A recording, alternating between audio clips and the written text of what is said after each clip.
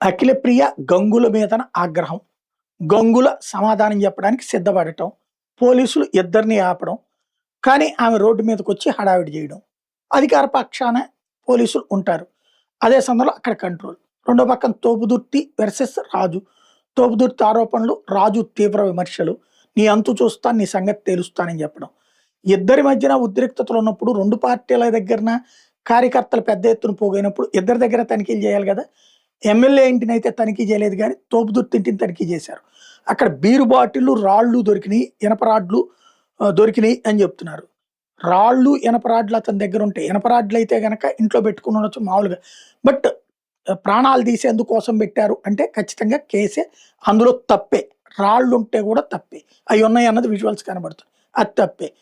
అదే సందర్భంలో బీరు సీసాలంటే తాగేసి ఇంట్లో పెట్టి అంటే ఇంట్లో బీర్లు తాగుతుంటారు కాబట్టి అది ఖాళీ పెట్టుకున్నారా? మామూలుగా గొడవలప్పుడు సోడా బుడ్లు పెట్టుకుంటారు గానీ, బీరు బాటిళ్లతో కొడతారని నేను అనుకోను. కాబట్టి అదేమన్నా ఖాళీ అయిన బీరు బాటిల్‌ని కూడా చూపెడుతున్నారు. రాళ్ళు మాత్రం తప్పు. అవి ఎందుకు పెట్టుకున్నారని సమాధానం చెప్పాల్సిన బాధ్యత తోపుదుర్తికుంది. అదే సందర్భంలో రాజు ఇంట్లో తనిఖీ చేయకపోవడం వల్ల బ్యాలెన్స్ తప్పింది.